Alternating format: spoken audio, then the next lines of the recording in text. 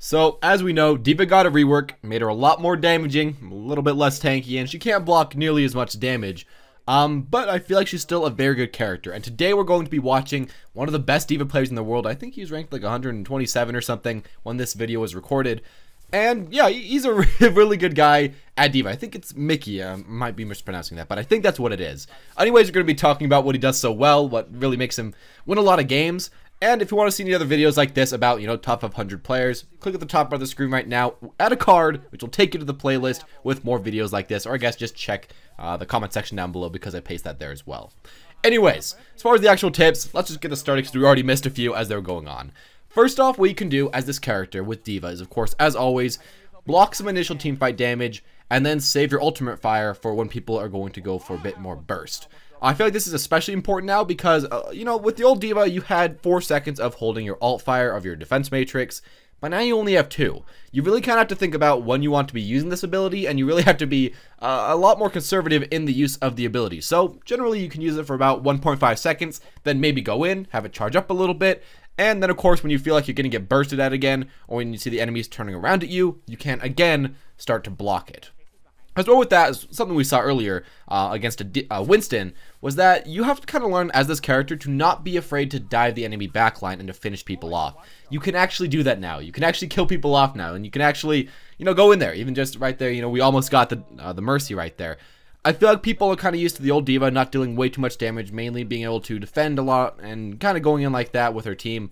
But now you actually can dive the backline, and don't be afraid to do that. Now, of course, if you are diving, please make sure to have your other tank defending your backline, but it can be something you can go for. And honestly, with a lot more damage now, you are almost kind of like a DPS in some sense. Of course, you still can defend a lot, you still can help like that, but instead of just, plain out blocking damage, a lot of the time what you're going to have to be doing is dealing enough damage to scare off the enemy DPS from attacking you, or the enemy tanks from attacking you, which is kind of weird.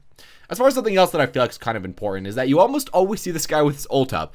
That's probably because you do a lot more damage now and you can get your ultimate a lot faster. Of course, when you're shifting around, or I guess boosting around, you can start shooting. Your E does a ton of damage, or I guess your mini rockets if you are playing on PC. And overall, you can get your ultimate very quickly. With this said, you should probably actually use a lot more now.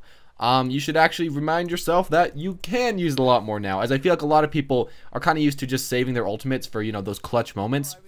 If you feel like you're very low on HP and you feel like you might lose that team fight, or, your mech breaks, but you feel like you still want to go for the team fight you're in, just do it. Just use the ability, you'll charge it up pretty quickly, and it won't be way too bad. Even right here we see, of course, he goes for that ultimate. Maybe it doesn't kill anyone, but it does refresh all of his health. It gives him enough time so that his E's back up, everything like that. He gets to finish off almost the Genji, and of course the Mercy.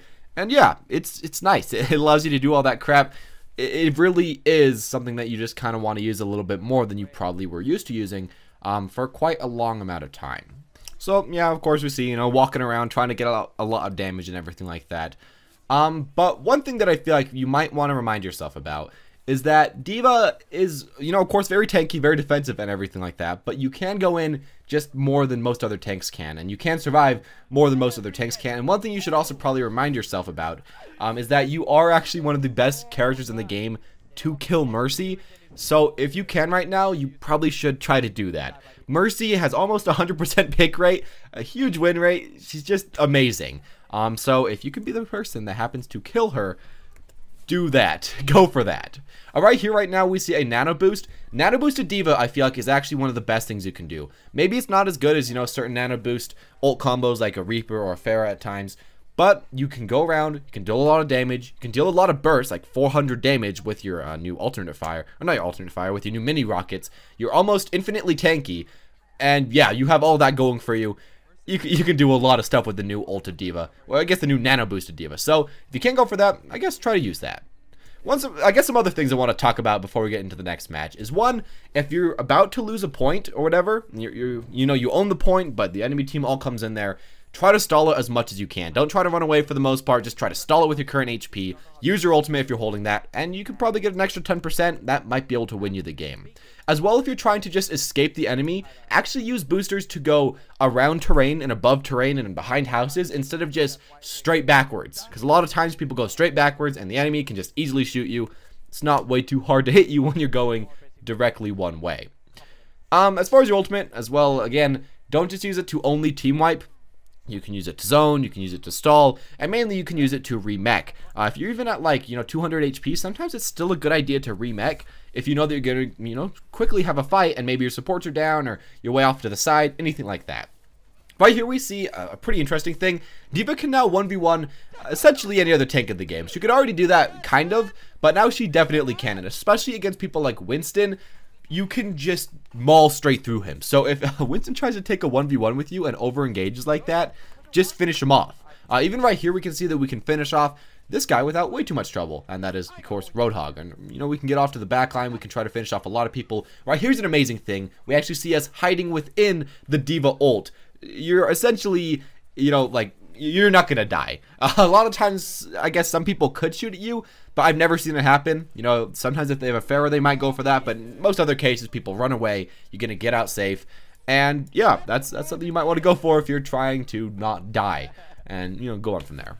As far as if you're versus a Roadhog, I feel like a kind of cool thing to remember for yourself is that you can actually sometimes just try to get hooked if you're like right next to the middle of a team fight, just so that he wastes his hook, and then of course block the damage. And of course, if you are against a Roadhog, especially on a map where it has a open circle in the middle like this one, you do want to make sure to save your boosters so that you don't just die. That's a pretty good idea, not way too hard. And again, right there we see we walked a little bit behind our ultimate, stayed pretty safe. Unfortunately, we died quickly. But a thing that we saw right there that was interesting is that he tries to fly straight up when he is getting killed. That's something you might want to try to do for yourself. For the most part, again, I see people flying backwards to the side, really wherever. But what you can do if you're being shot by one enemy, the entire team, anything like that, if you fly straight up, and maybe a little bit backwards as well, often people can't really hit you.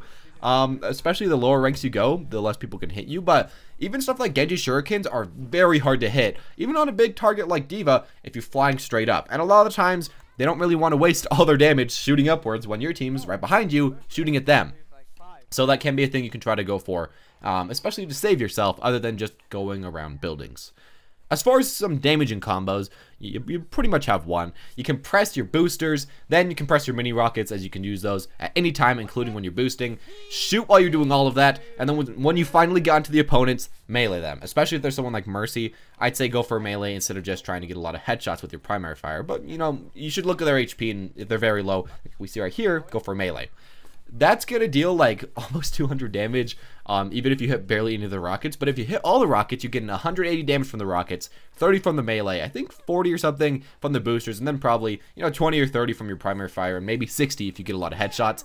Yeah, that's gonna do a lot, and especially if you're nano boosted, double that. That's like 600 damage or something. That's pretty strong, and you're not gonna die. But especially for damaging combos, just pretty much push all your abilities and go for melee at the end. And that's really all you have to do. It's not way too hard as this character. Oh yeah. Some final things I want to talk about is first off that I feel like a lot of people kind of don't really understand what makes a good and a bad tank. As far as, a tank like D.Va, a lot of people just are like, why is this guy winning games? I don't see anything special. One thing that I would say that he's really doing a lot is making sure that he's not just AFK protecting the team. He's often going for damage, going for kills, pushing around, putting on a lot of pressure on the enemies, and a lot of the times that can actually make your team more safe than if you were to just, stay way in the backline with them all the time.